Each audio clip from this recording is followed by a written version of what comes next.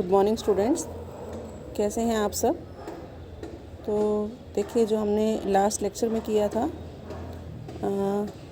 LIFO method किया था, है ना। तो अब देखिए, अब हमने जो स्टार्ट करना है फीफो मेथड किया था।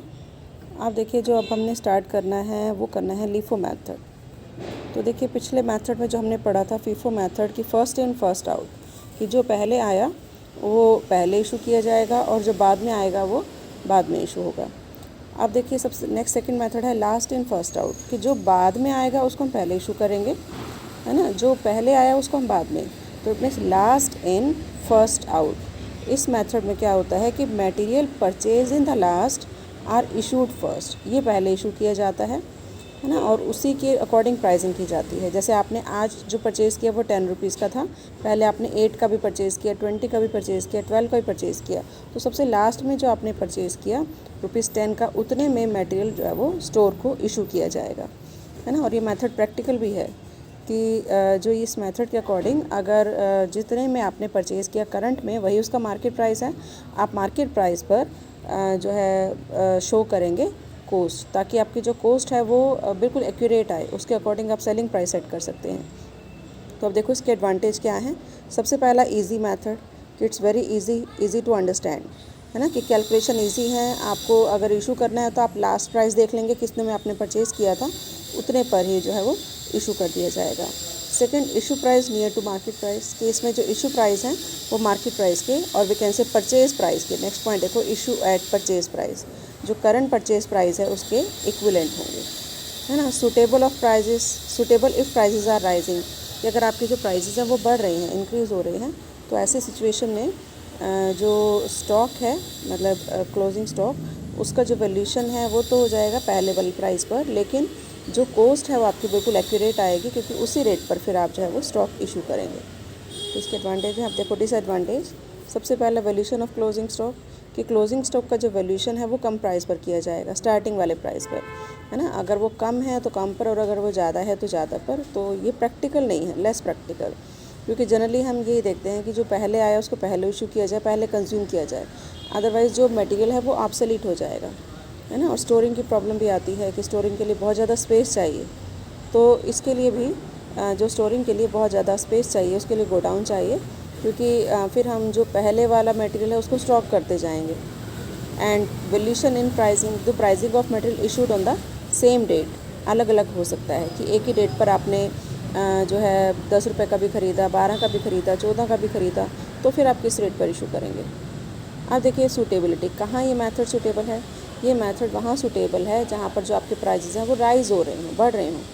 अगर आपके जो प्राइजेज़ हैं वो राइज़ हो रहे हैं तो फिर जो कॉस्ट है वो बिल्कुल एक्यूरेट आनी चाहिए, क्योंकि आपको सेलिंग प्राइस सेट करनी है, and selling price are based on cost, है ना। तो आपकी जो कॉस्ट है बिल्कुल मार्केट प्राइस के इक्विवेलेंट होना चाहिए, मतलब जितनी आज के टाइम पर मटेरियल की कॉस्ट है वही कॉस्ट शो की जानी चाहिए। तो ये मेथड वहाँ सूटेबल है।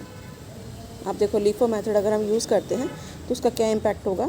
सबसे पहले कॉस्ट ऑफ प्रोडक्शन के ऊपर इसका इम्पैक्ट होगा, कि कॉस्ट बिल्कुल एक्चुअल पिक्चर शो करेगी, कि इसमें इशू ऑफ मटेरियल बिल्कुल सेम प्राइस होगा जो लास्ट करंट प्राइस होना चाहिए। इन्वेंट्री जो वैल्यूशन है वो कम रेट पर होगा, is valued at earlier rate, पहले वाले रेट पर होगा, मार्केट प्राइस शो नहीं करेगा। इम्पैक्ट ऑन प्रॉफिट के ऊपर कोई इम्पैक्ट नहीं होगा, है ना। ओवरऑल जो प्रॉफिट है वो वही रहेगा जैसे पहले था, कोई भी मेथड आप यूज़ करो, चाहे लीफो या फीफो, है ना। तो जो प्रॉफिट है वो कॉम्पनसेट हो जाएगा, कि आपका क्लोजिंग स्टॉक तो पिछले रेट के अकॉर्डिंग है, जो आपका कॉस्ट है वो इस रेट के अकॉर्डिंग है।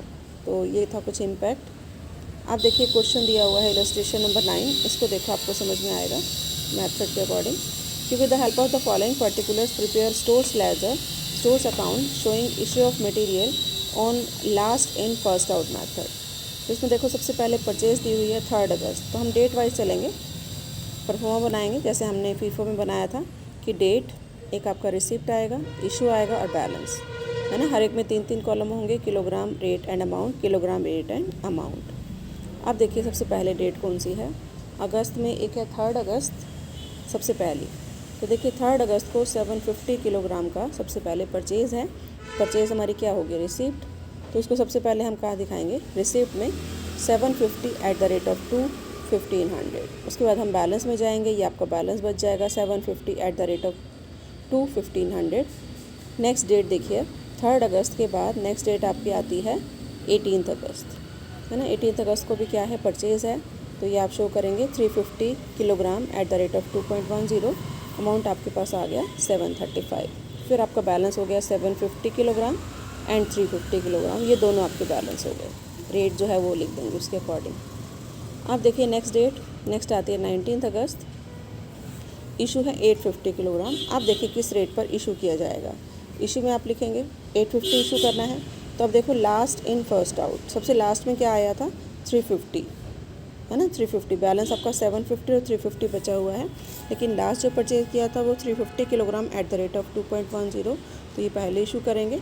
उसके बाद जो बचा वो कितना है, हमें चाहिए 850, 350 हम कर चुके हैं, तो बाकी जो बचेगा बैलेंस वो कितना है 500। तो 500 को हम 2 रुपीज़ के अकॉर्डिंग इशू करेंगे, जो कि कितना आएगा 1000। आप देखो बैलेंस कितना बचा, ये जो लास्ट का 350 था ये तो सारा इशू हो चुका है, लेकिन जो ये 750 था इसमें से 500 बचा, 500 इशू हुआ और बचा कितना 250। तो ये आपका बैलेंस आ गया कि 250 एट द रेट ऑफ 2। उसके बाद देखो नेक्स्ट डेट, उससे नेक्स्ट डेट आपकी 18 अगस्त के बाद है, 19 अगस्त का हो चुका है। 19 अगस्त के बाद नेक्स्ट आता है आपका 25 अगस्त, है।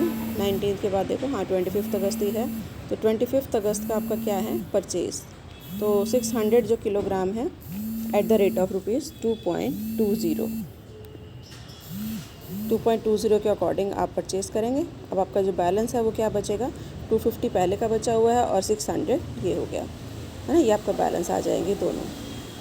उसके बाद देखो नेक्स्ट 25 अगस्त के बाद है नेक्स्ट 28 अगस्त को, फिर से 28 अगस्त से पहले देखो कुछ है, 26 अगस्त का इशू है 450 किलोग्राम। तो अब देखो 450 किलोग्राम कितने पर आप जो है वो इशू करोगे, तो लास्ट प्राइस आपका कितना है 2.20, है ना। तो 2.20 के अकॉर्डिंग आप इसको इशू कर दोगे। 600 में से 450 आपका इशू हो गया। अब बैलेंस बचेगा 250 तो पहले वाला 2 रुपीज़ के अकॉर्डिंग और 150 बाद वाला, है ना। तो ये आपका बैलेंस बच गया। आप देखो नेक्स्ट डेट, आपकी नेक्स्ट डेट 26 अगस्त के बाद नेक्स्ट डेट आएगी 28 अगस्त को, फिर से परचेज़ है 500 किलोग्राम, तो ये एंट्री हो जाएगी 500 kilogram eight the rate of 2.30। उसके बाद देखो इशू 29 अगस्त और 30 अगस्त का इशू है, तो 29 अगस्त का इशू दिखाएंगे 500 यूनिट्स 2.30 जो लास्ट वाला है, और 10 यूनिट पिछली वाली, ठीक है। ऐसे ही नेक्स्ट जो इशू था 30 अगस्त का, 30 अगस्त को है 150 किलोग्राम। तो देखो 150 के लिए 140 तो आपको ये वाली मिल जाएंगी लास्ट वाली, और 10 यूनिट आपको पीछे से लेनी पड़ेगी। तो ये इस तरह से करके ये आपका बैलेंस बच जाएगा। तो आई थिंक ये मेथड आपको हो गया होगा क्लियर।